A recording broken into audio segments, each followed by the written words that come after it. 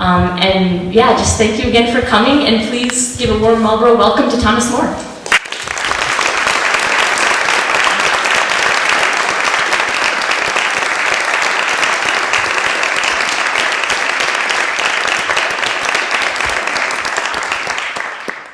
Thank you very much. I feel like I don't have to say anything now. That was great. No, it's wonderful. Thank you. Appreciate it immensely. Well, I came across a story today that I heard many years ago, and I thought I'd start out with it tonight. You probably have heard of it. There was a small plane with just a few passengers on it, a single-engine plane flying through the air. There was, among the passengers were a monk, a college professor, and a laid-back college student.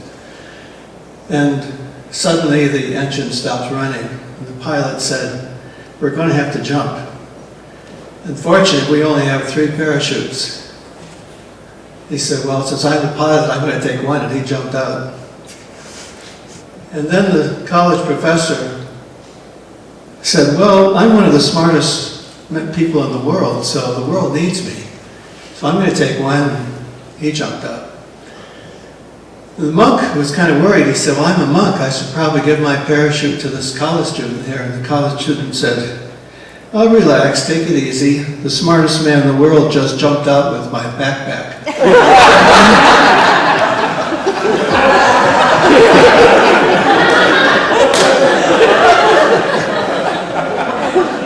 So there is within me a certain, I collect stories like that, there's within me a certain anti-intellectualism of some kind. I've been trying to sort out all my life. What wasn't told in the introduction was that I have been fired from university positions more than once, which is an interesting position to be in.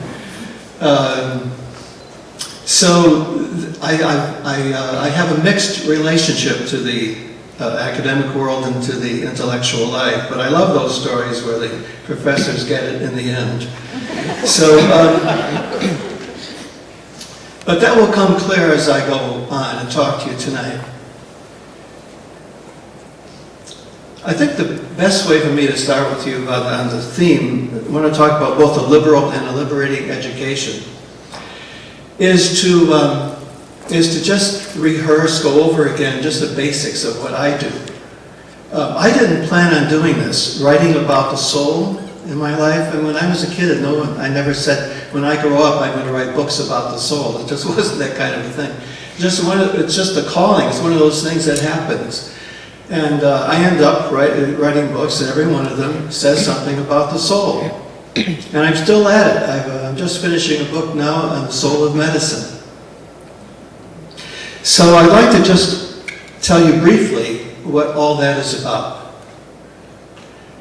It's interesting to me that today the word soul is used, it's used in a different way than it has in the past, but it's a very old idea. People used to gather and just talk about what the soul is and how to take care of your soul. The Platonists used to do that. Platonists throughout history have met on November 7th. Remember that date for next year. You meet on November 7th, which is Plato's birthday, to gather some friends together, and each person is supposed to stand up and say what they think love and the soul are all about. It's a wonderful kind of celebration to have. And they also say that whenever people gather to talk about the soul, like we are doing tonight, that we are recreating the Platonic Academy, the group of people that Plato gathered to talk about the soul. And during the Italian Renaissance, people did the same thing. They would meet, they would have some food, and friends would come together, and each person would stand up one after the other and say, this is what love is, this is what the soul is. So what we're doing tonight is a deep archetypal event. It's not what it appears to be. There's something very special about this. It's been going on for centuries and centuries. People gathered like we are. We could be doing other things. It's not exactly the most beautiful Vermont night ever. And yet we come here to talk about the soul. So that's an extraordinary thing. People use the word in different ways. I use the word based on the traditions of the soul. And one of the earliest statements we have in our Western culture about the soul goes back to Heraclitus, who was an early Greek philosopher, who, interestingly, was called the obscure. He's been my hero for a long time. I aim for obscurity whenever I can find it. I'm not a person who tries to be terribly clear, because I think clarity sometimes misses some of the subtleties. So, what is the soul? Heraclitus said this. These are his words. We have them exactly from way back in his time. He said that you could never discover the limits of the soul, no matter how many roads you took. So deep is its mystery. Those are his exact words. You could never discover the limits of the soul. That's your soul, or soul in general. You can never discover the limits of the soul, no matter how many roads you took, Jungian, Freudian, philosophical, psychological, no matter how many roads you took, so deep is its mystery. And the word he uses for deep is bathos. Now, maybe you know that these research submarines are sometimes called bathyspheres. Bathos, the same word. So imagine that, going deep into the ocean. That's the image here.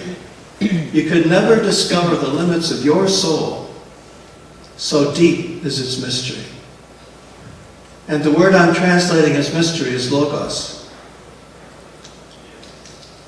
It's one of those power words from long ago that can mean a lot of different things. I think the best translation is mystery.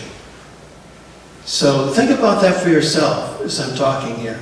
What is the soul? What is my soul?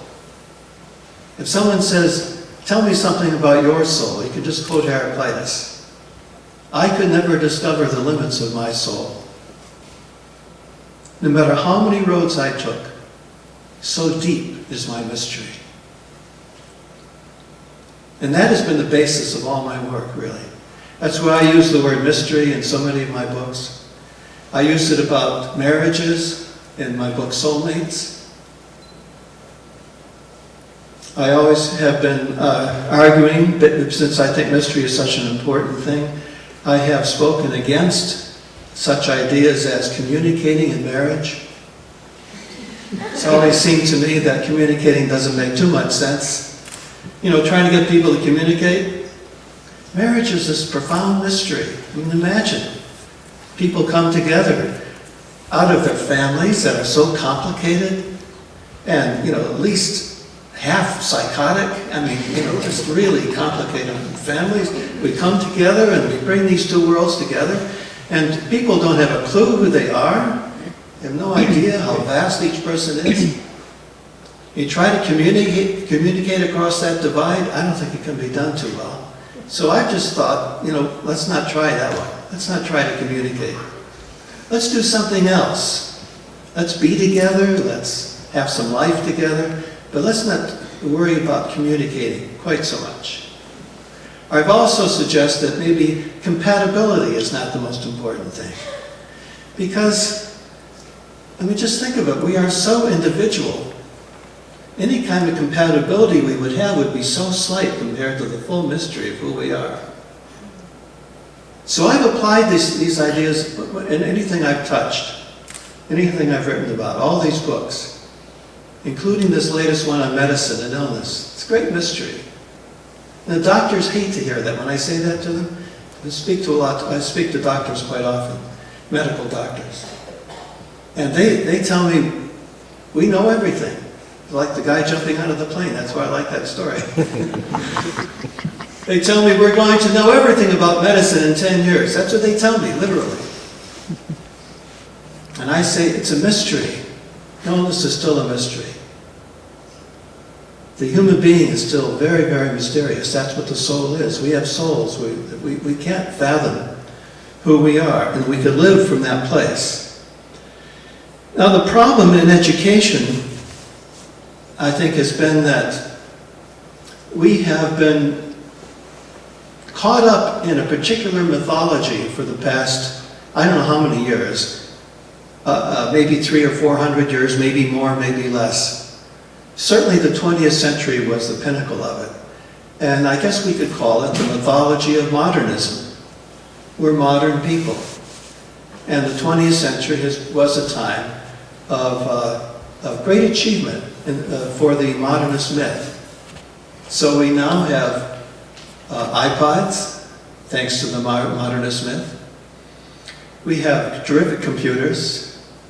We can fly around the world quite easily, and all of that is absolutely terrific and wonderful. I wouldn't give any of it up.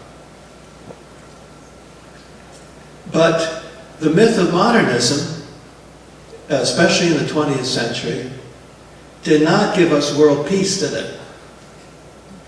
Did it help marriages do better? Are marriages going better than they used to be? No. How about taking care of children? No. Not if you look at the statistics, and we know. What about the safety of our streets and our homes? Just read the news for the past 3 days. See how many people have been slaughtered by crazy people. Just in ordinary places, Binghamton, New York, the latest, maybe. So, modernism gave us a lot, but it did not help us at the human level terribly. And interestingly, there's no place in modernist philosophy and mythology for the human soul. There's no place for it. It doesn't fit. And I also think that in modern mythology, there's very little place for the arts, which is interesting. Not a real place for it. Not like if you go to a culture where it is not within the modernist vein, the arts are the very center of life, and they're connected to religion and the spiritual life. So it seems to me that if we want to have a really liberal education, that doesn't mean political liberalism. It originally meant having the freedom to think and to study and to talk about ideas, that kind of a liberal education. We're free. We're free to do those things, to study what's important, to go deep into ourselves. I think we have to get out of the modernist myth. I hope that modernism is over. Now, I know a lot of people call it postmodernism because we don't know what comes. We just call it after-modernism. That's all we can do at this point. But I think that that's really where we are. And we have to watch out because that modernist myth is still very strong. In fact, American cultural life in general lives by it. The news, the language of the news, wherever you get your news, is modernist generally. There's no place for the soul there. It's as though human beings don't have a soul. They don't have a mysterious depth. Our emotional life is shallow, so we can engineer our behavior, engineer our lives. Even there are psychologies, psychological approaches that are really about managing a life. It's almost, and in medicine as well, it's like you go to the hospital and it's like bringing your body in to be fixed, isn't it? Hospitals, and I've been spending a lot of time in hospitals. They're incredibly modernist places to be in. And the people are very proud of their modern myth there in those hospitals. Very proud of them. I can understand the pride because a lot has been accomplished. But there's no human soul. There's no, you rush a body into the hospital and you fix it up and patch it up. Just recently I noticed an interview when the actress who just died, skiing accident. Yes. They interviewed the brain surgeon and they said, how can you operate on somebody with a family around, how can you do the surgery? He says, I just forget that she's a person. I just close that off. I'm operating on a brain, and I just do my job, and later I talk to the family. And that sounds so reasonable, doesn't it? But that worries me, that we can treat each other, even if we're doing surgery, treat each other as these bodies, as these almost like automobiles coming in for repair. Paracelsus, the great physician of the 16th century, who was not a modernist, said that if a physician wants to take a urine sample, he should know astrology.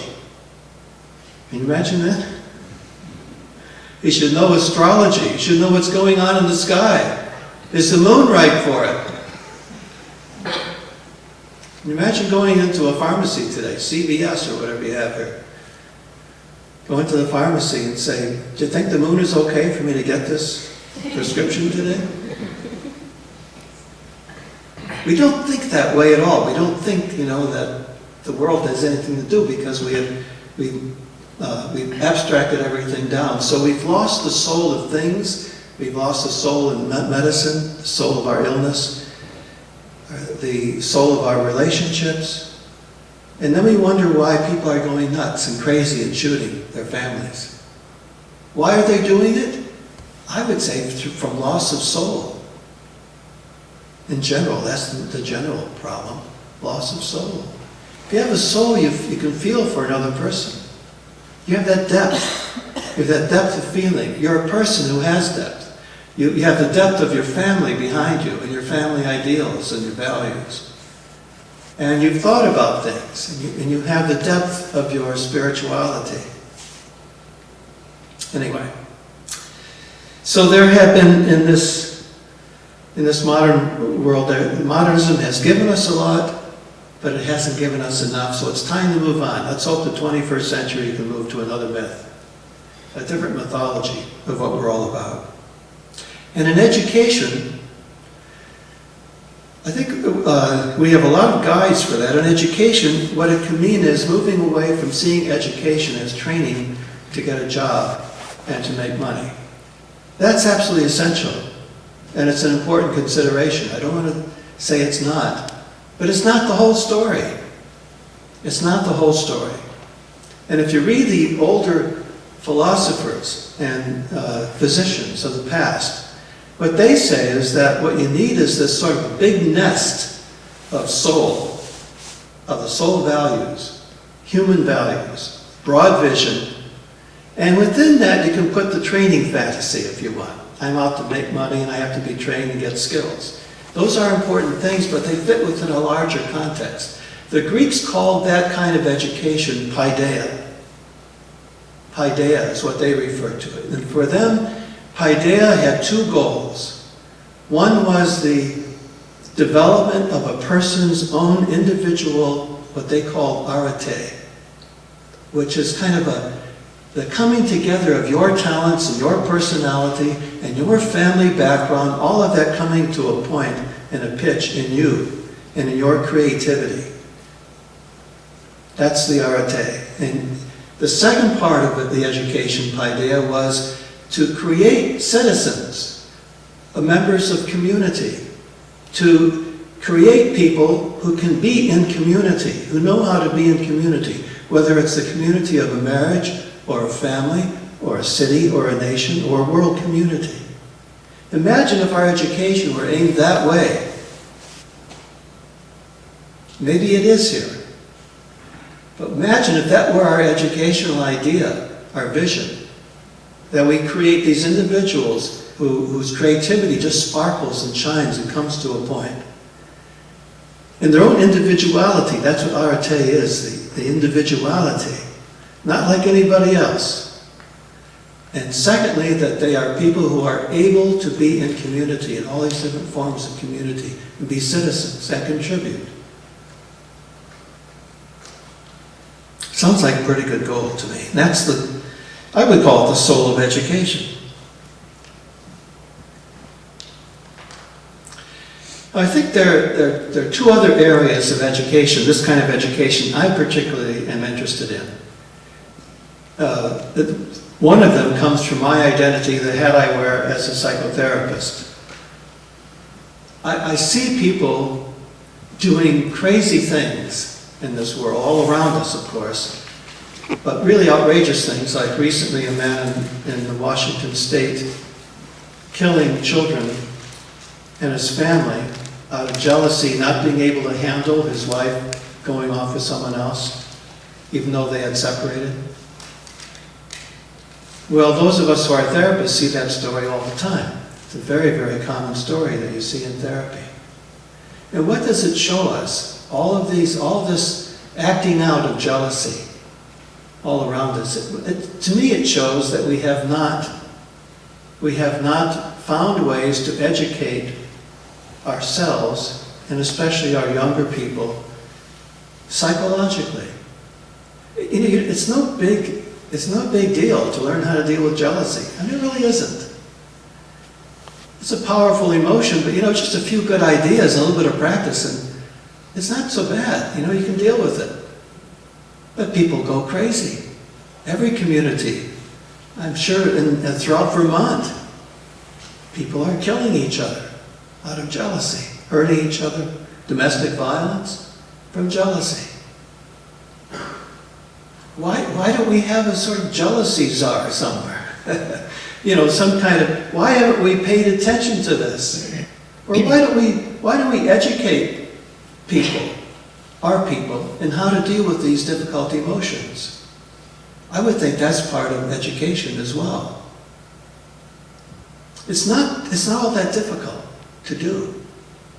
There are just a few things you have to know about, and maybe talk about a bit and apply to yourself, and you've got it licked. It's not so complicated.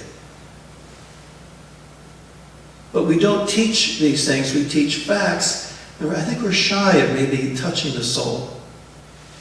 We're shy of that, bringing the soul into education. It's difficult in some ways. I think we're shy of it. Therefore, we don't get trained in this.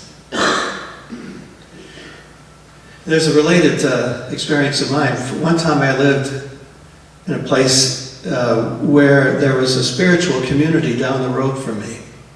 And they were very, very intelligent people. And I would go over to them sometimes for their events and for rituals. And I was amazed. They had a wonderful library. You'd have a conversation with them about theologies of different religions, and they were so sharp and they knew it all. And over time, a bunch of them from that community wanted to come to me for therapy. And I couldn't believe the mess in these people's lives. In other words, their intellect or their spiritual life was at this high level, extremely high level of sophistication. Their emotional lives were a mess, and especially their sexuality, a total mess. I've never seen anything like it. Absolutely, had no idea what they were doing. No way of making a decision sexually at all. Total mess. And all kinds of unwanted pregnancies and diseases as well, everything that went with it. It was amazing. I sort of took a lesson from that I think in some ways that's the way our culture works. We educate often at this level of fact or intellect, but we don't know how to educate for the soul very well. Psychologically, we don't know how to do that education too well. Now that could be done. I know from having taught at the university that a lot of university professors don't like that. I keep thinking back to the guy leaping out of the plane. They don't like that. It's too messy, maybe. It's too soft. Getting it down into the soul is difficult. I remember when I was teaching at Southern Methodist University, which was one of those places that fired me. I was teaching there, and my friend James Hillman was living in the same city in Dallas, and he and I used to go out to Mexican restaurants quite often and talk over things. And he said to me once, he said, you are advocating the soul at this university. They're going to do you in. The soul loses. You're not going to make it. Plan on it, he said. You're not going to get through the number of years you expect to be there. He was kind of making a little prophecy that came true.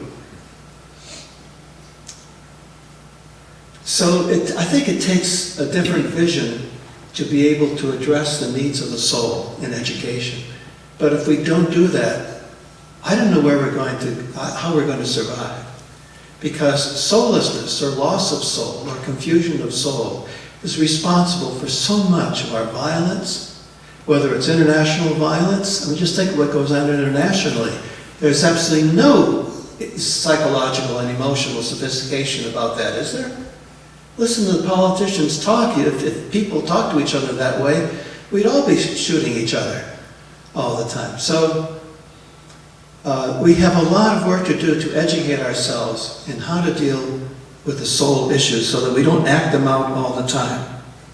Psychology has taught us some things, a few key things. For me, one of the most important things psychology has taught is that we are made up, our psyche is made up of what the psychologists call complexes. And a complex is just it's a group of feelings and thoughts and memories all focused around one theme. Like an inferiority complex, which people talk about. You know what that's like? If you meet somebody who has an inferiority complex, they just feel bad about themselves no matter what, and you see them doing wonderful things, and you try to tell them, you know, you're really doing fine. It doesn't do any good. It doesn't touch the complex. Because the complex is so deep and so, what Jung called autonomous. It has its own will and it's so much power. That's the complex. I remember one client I had years ago who came to me. She was 30 years old. She had appeared in, by that time I think she appeared in something like 25 Hollywood movies. She had been nominated for one Oscar and won several awards. She had 5 children. And she came to me and said she wanted to come into therapy because she said her life is going by and she's done nothing.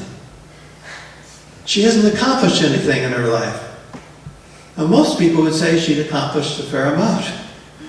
But her complex, it had nothing to do with reason and with the facts. Her complex, which bothered her and just drove her crazy, was this theme in her life that dominated her life. I am not amounting to anything. I'm not doing anything worthwhile. That was her complex. Now, we all have these complexes. I would like to see in our education an opportunity to deal with those things. I don't mean everyone being in therapy. It doesn't take that. It takes a particular kind of general sophistication about psychological matters. And somehow we have to get, I think we have to get that into our education, or everything else is not going to be worth it because we're going to shoot each other, kill each other off. And that goes right along, the complexes are very related to general unconsciousness, not being aware of what's going on, what motivates us. Now, one way there are lots of ways to deal with these things. One is certainly psychotherapy. So it's important to have a vibrant psychotherapy program connected to the educational part of a college or university. I think it's very important, and I find as I travel that many of the therapy and counseling departments are very, very important. They are a very important focus of life on a campus. The soul life of a campus is often there. But they're often isolated too, and there are other ways this can be done. One of the things that has frustrated me, in my books, most of my books, I often refer to mythology. Well, one myth or another. Since I know the Greek language a bit, I use Greek mythology because I can be very specific about the language. So I use mainly Greek mythology. And I can tell you, I've traveled this country so many times talking about the books. And people come up to me and say, you know, I studied mythology in school and I never knew that it had anything to do with me. They're surprised that myth has anything to do with their own life. It's very interesting because that's what mythology is all about. And my point is that we could teach mythology, we could teach literature, we could teach all of this in a way that addresses our complexes and our unconsciousness. It could perform a therapeutic role. In other words, this could be so easily misunderstood. I'm not trying to say let's do therapy in the classroom, but that teaching, and this is very much in the spirit of Plato, teaching and education partner with therapeutics. They partner with therapeutics. And if we don't have the therapeutic element in education, I would say the soul is not there, and therefore our education is incomplete. Okay, just one more point. The other hat that I wear is, I have a PhD in religious studies. I consider myself a theologian more than anything else, but a different kind of theologian from the theologians in the past. Theologians of the past often explain their own religious tradition. I prefer to see the theologian today as someone who speaks for the invisible and the mysterious in our lives, our social lives and our personal lives. The theologian speaks to those mysterious, ultimately mysterious, the ultimate issues in everyone's life, questions of meaning, of value, what's valuable, what's ethical, of how you're going to deal with your mortality, how do you imagine yourself dying, what is all that about, afterlife, all those questions. A theologian, that's his job, that's her job, to deal with those questions. And so I would also think that a liberating education would be one in which we get out of the secularism of the modernist myth and somehow reinstate, in a new way, reinstate theology, reinstate the spiritual issues, focus also on the spirituality of the student. And this, it doesn't have to threaten our principle of separating church and state, because we're talking here about the spirituality of the person. We've given up. We've left the divisions of the religions for the 20th century. That was a 20th century idea, to have them all in competition and only be able to follow one. Let's now see that our spirituality can be rich from all the traditions of the world. You can certainly follow your own tradition and make it richer. I wrote a magazine article a few years ago about myself called Zen Catholic. And I didn't mean that in a superficial way.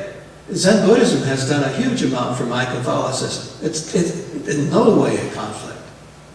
If anything, I'm more of a Catholic today than I ever was. I mean, the Pope would not agree with me. But I am, in my own estimation, in my own view, I'm more of a Catholic today than I ever was, even when I was a monk.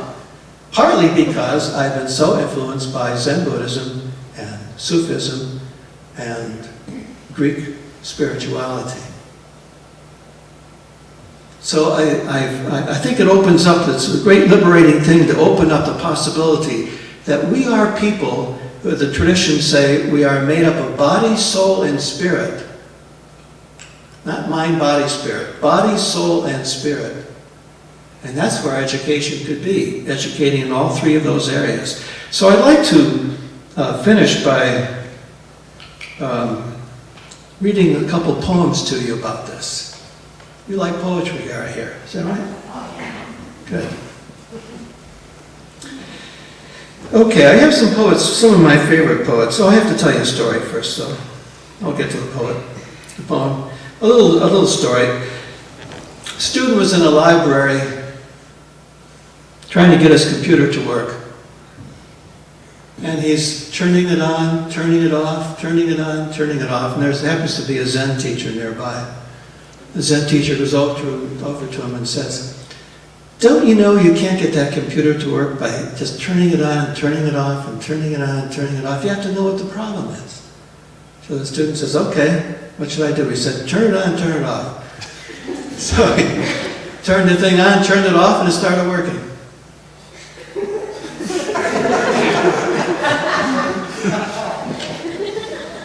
That's it.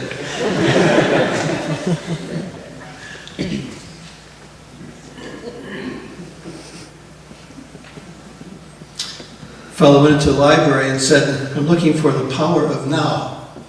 Librarian said, "It's on order."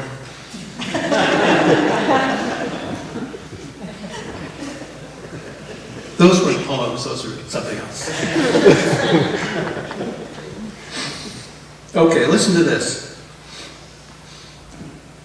I said that we can develop our spirituality, we could see our work as students and teachers as theology today, in a new way, a free way, freed of all the old competitive ideas, free of all the worries and anxieties about what you should be and do, free of all of that, the joy of theology. There's a title for a new book. The joy of theology. And part of that joy is to discover how much there is in this world that people have learned about the spiritual life. That we can now, today, we have this great opportunity that people in the past haven't had as much to draw from. Today you can go to the library, go online, and you can find, within seconds, you can get some of the greatest spiritual literature of the world, right? And the best translations right in front of you. So people say to me, well, give me an example.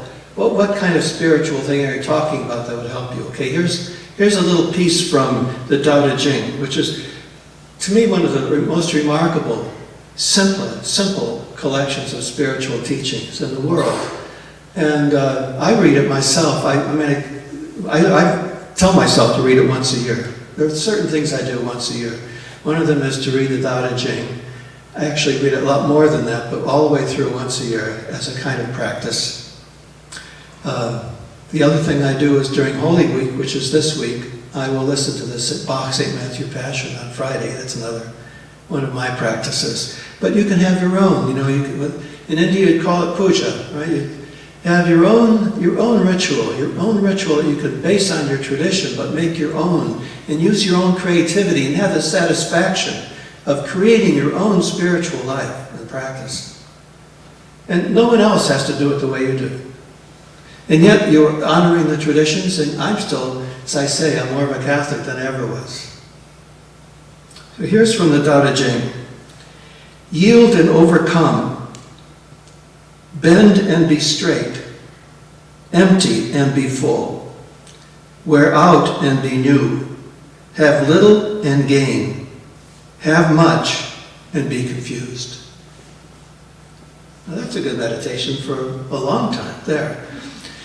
Yield and overcome. This has been my practice. I've been homeschooling my daughter for the past 3 years. She's 17 now. That's been my whole practice. It's been yield and overcome. I yield to everything. She says, I don't want to do that. Fine. I'd rather study this. Okay, let's do that. I yield and I have overcome. I'm telling you. She is coming out of that an educated person. And she has, and I have yielded. We've had this dance back and forth. And she's learned to yield.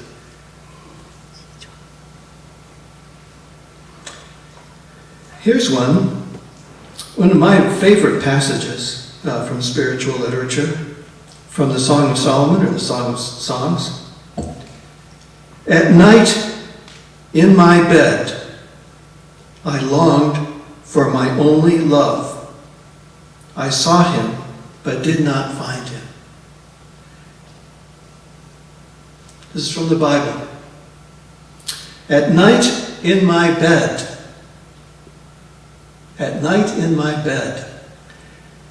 I longed for my only love. I sought him, but did not find him. That's kept me meditating for many years. In bed, is that a dream? Is it the bed of love? Is it sleep? Is it my home? What is it? In bed, I long for my only love. I sought him but did not find him.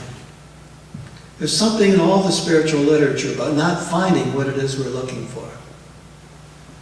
It's waiting for Godot. We find it in literature. In Samuel Beckett, who I consider one of the great spiritual writers of all time. Waiting for Godot. We're all waiting and we're not really sure. Now here's one from a woman who committed suicide, who was a great poet. Actually, she started out as a housewife in the suburb of Boston, and saw that they were offering a course in poetry at the community college nearby, and she took the course and became one of America's greatest poets, Anne Sexton. And she committed suicide.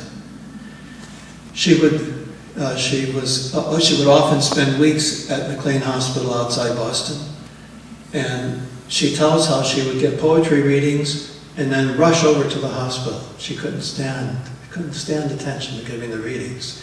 Here's what she wrote: many theological poems, and here's one of them. I went to the bird with the human head and asked, "Please, sir, where is God? God is too busy to be here on earth. His angels are like 1,000 geese assembled and always flapping. But I can tell you where the well of God is." "Is it on earth?" I asked. He replied, "Yes. It was dragged down from paradise by one of the geese." I walked many days past witches that eat grandmothers, knitting booties as if they were collecting a debt. Then, in the middle of the desert, I found the well. It bubbled up and down like a litter of cats, and there was water, and I drank, and there was water, and I drank. Then the well spoke to me. It said, "Abundance is scooped from abundance, yet abundance remains." Then I knew.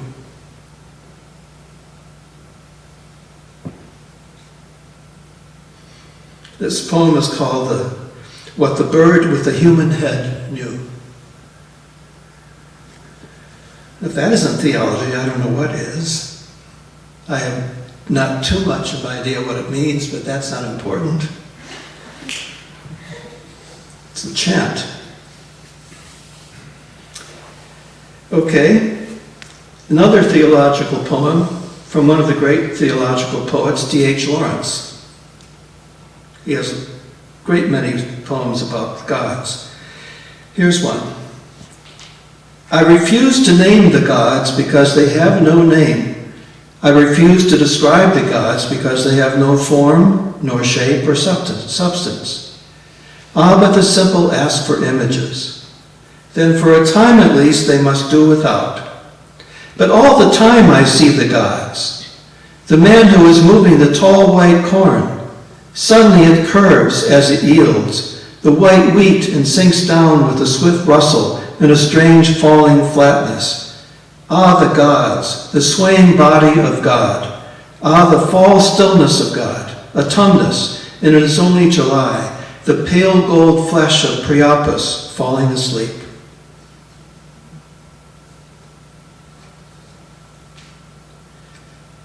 It's interesting how the poets keep our theology, our theological passions and sensitivities alive in a time of soullessness, of a secularist culture that we've had for the past over 100 years. The poets have kept the theology alive in ways that the churches, I think, have not. The churches have generally, if I may say so, emphasized their doctrine and their teaching and their morals. The poets have maintained a sensitivity to the divine in life. Then you have to choose, I guess, which is more important. But the poets have maintained it. Think of all these poets. I could come up here with a list that would keep us going all night of poems about how to find God, how to find the gods. When I was studying for my PhD in religion, one of the focuses of my studies was religion and literature, the relation between religion and literature. And we had many literature students coming to the religion department to study literature, because we were not just studying the formal and technical aspects of literature and the history. We were looking for the gods. We were looking for the divine in the poetry. And not in any naive, simplistic notion of what religion is, but in a very sophisticated, I think, intelligent way of understanding what religion is. Okay, I'm going to keep going. You can stay. No, just a couple more. This one is by someone I know who actually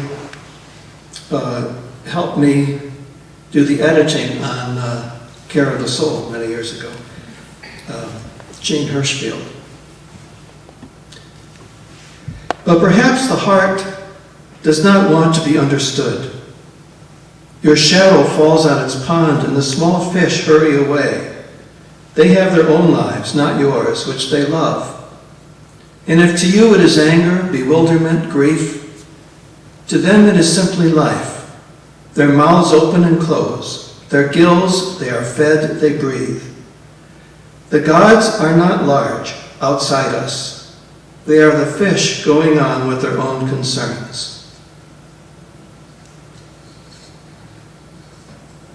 So that's a view of gods, the gods, and of theology. See what we can do. You can accomplish a great deal with this kind of thing that I'm presenting to you here. You accomplish a study of literature in these poems. You accomplish the study of theology. You become you become enriched by the creative talent of the artist writing the poetry. And you find resources that are of great importance for your own spiritual life. All at the same time. Do you see what I'm suggesting for what I would see as a liberal education? It's not just bringing the arts more prominently into focus. It is seeing that the arts are not just about a kind of entertainment or self-expression. It's the arts that maintain this profound connection to the very source of our lives. And when I say that, I'm not talking about belief. I'm just talking about the very basis, the deepest, most place of your life. That is what the arts can do for us. Poetry does it, music can do it, architecture can do it. The Renaissance, by the way, this is very, very in the spirit, much in the spirit of Renaissance art. This is all I take from Renaissance teachers. One of my greatest influences has been Marsilio Ficino, who lived in Italy in the 15th century, who wrote about these things. He tried to present this kind of an education. He was a priest who believed very strongly in Greek spirituality. So, to summarize, the secularism of our contemporary culture is an aspect of its soullessness. The fact that we have trouble with soul shown in our acting out, all the murderousness, all the prejudices, even the economic problems we have from greed, all come from soullessness. The inability to be in community and to be able to foster yourself and community at the same time. And what can we do about that? The only thing we can do is educate souls and not just stuff information into brains. That's the only way I see that we can do it, the only way. But that does mean a different vision for what it means to learn and to teach. It's a very different thing.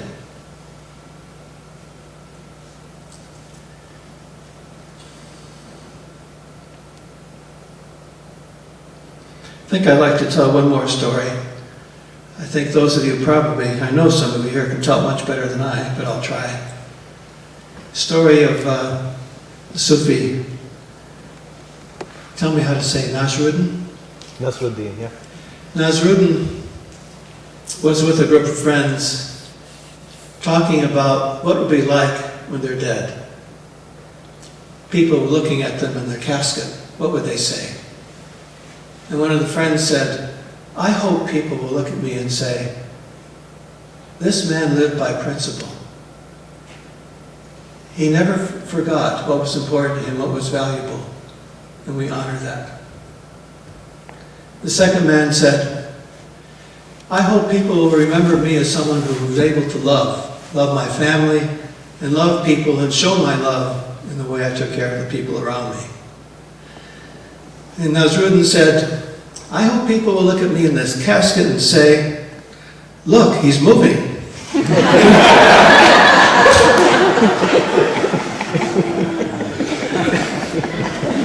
So this, I think, pretty much summarizes what I'm trying to say to you tonight. Life, this fullness of life, it's what's important. That's what the soul is. Being alive, being passionate.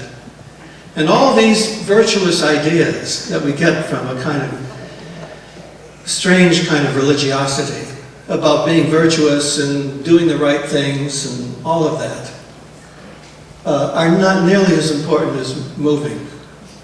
Being alive, being a person. And you know, the teaching is that the soul makes you move, keeps you alive, makes you breathe, makes you who you are. Aristotle, when it was asked what the soul is, he said, what makes an axe is the soul.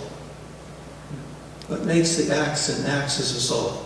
And by extension, what makes you, you, is your soul. Okay, can we have some time to talk about these things for a while? Do this in a platonic way? We're talking about the soul here tonight. And we're doing it among general friendship. And we're doing it with soul, enjoying each other's uniqueness. And there are no weird questions. Well, they might be weird, but they're still acceptable. So, any comments or questions here?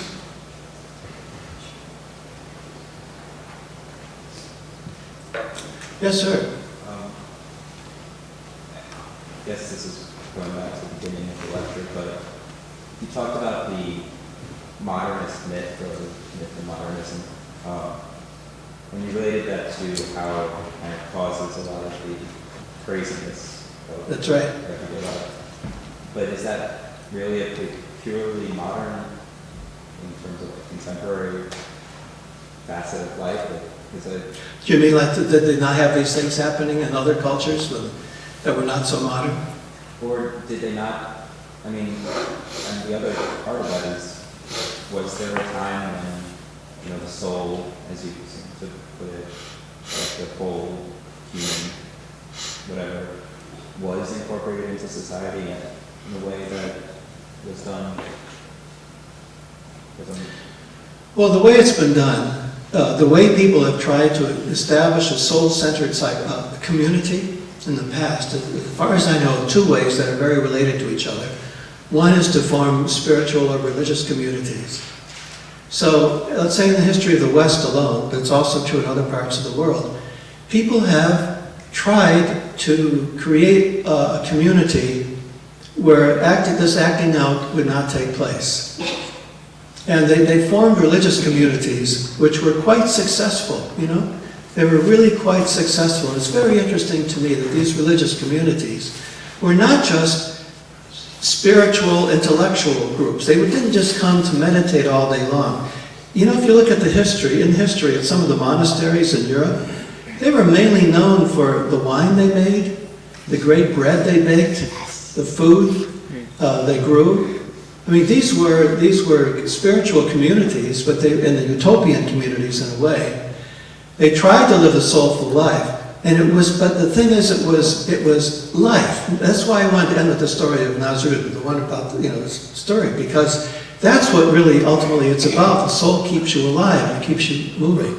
The monks did that in their monasteries, and many different groups tried to create, I guess you could call them secular utopian communities. America was full of utopian communities. The history of America is just full of it. Right around here, this part of Vermont, there were utopian communities. Throughout New England, over to Ohio, even down to Dallas. I lived in Dallas for a while, I studied this. A group of French idealists came over from France and founded Dallas, essentially. Founded Dallas, they were called La Réunion. They founded Dallas as utopians to create a very soulful organization around that place. Unfortunately, They thought that the Trinity River, which is where they decided to build their utopian community, they thought it was there all year long. It's not. It's there about 2 weeks out of the year. They were there during those 2 weeks, and they discovered they had no water. They thought they'd ship their goods down the water, down to the Gulf, and there was no such thing. So utopian communities lasted usually around 30 or 40 years in America. The Oneida community was a very interesting group. They were a Christian utopian community, both based around a leader, John Humphrey Noyes, who said that the gospel says that there should be no marriage in heaven, so people should not get married to each other, so their community was married all in one marriage. They call it a complex marriage, and believe me, it was complex. In other words, they had sex with each other, 400 people, and they had to get permission from the founder every time he wanted to sleep with someone. Very interesting community. I suggest that you study it. But my point is that yes, we've had violence all this time. We've had a lot of unconsciousness. We have not had a terrible amount of awareness and consciousness about how we work psychologically. This was really only developing as psychology, over the past 200 years, really. There was some kind of, before a little bit, but not much. So we've had a lot of acting out before that was not due to a modernist myth. I'm saying that our modernism is what has killed us. And our religion has turned into moralism pretty much. And so it doesn't provide that opportunity for the soul to experiment with its capacity for living together. I think we can. Now, though, I don't think this is a time necessarily for a utopian community. I think now is a time for us to see if we can't affect the culture around us, unless you want to make your own, make Marlborough College a kind of utopia. And the way some of you talk about it, I get that feeling that's part of the fantasy here, which is great. Is it true? There's kind of utopian fantasy here? I mean that in a very good, solid way, meaning the sense that maybe here we could create a new kind of life, a different way of doing things, a community that's manageable. Yeah. I think that's what I pick up here in the conversations. And I think that's a wonderful thing, as a seed idea. I don't know if we can carry on having actual utopian communities ever. They tend to turn into new age groups that get self-focused so they don't work too well. But we certainly can change this culture around us. We've made a great step, it seems to me, in our recent elections, and we can move ahead but not leave it to leaders. However, whatever you think of your leaders, not leave it to them, but realize that community really is a group of leaders. And we bestow leadership on someone else only because we also lead our own lives, as we say. We lead our lives. So I would hope that here in your studies that you could maintain and continue this spirit of utopia, which is a way of pulling away from the modernist mythology, isn't it? It's saying we are a community that's different. We can do this. We can do things that other communities can't. I think that's a very good motivation to have. And that's all you need. You don't have to make an actual utopia here. You just create the spirit of it and let it generate something. I can talk about this because, my namesake, Thomas More, wrote a book called Utopia many years ago. He and I share a few things. I share some of his creativity. Yes? You had mentioned earlier that you translated logos as mystery. Yes. And we do a lot of writing here at Marlborough. Yeah. And logos is often thought of also as word. Mm-hmm. I'm curious, in this liberating liberal education that's soulful, what would you expect of writing? Writing? Yeah. Oh boy, I talk about writing for a long time.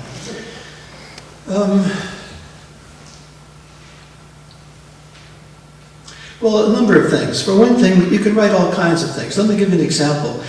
I get the Writer's Digest magazine. If you didn't know that magazine, it's for writers.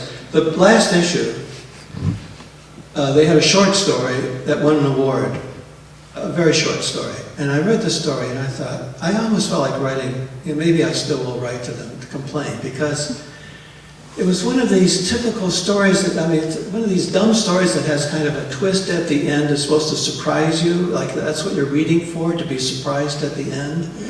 That's kindergarten stuff, it seems to me. You write a story just so you get a surprise at the end. Is that what you read for? I don't think so.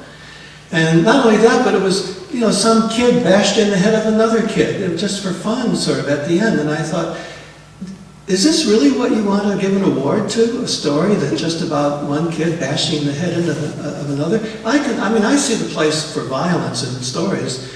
James Dickey's Deliverance is very violent, but boy, it really tells you a lot about the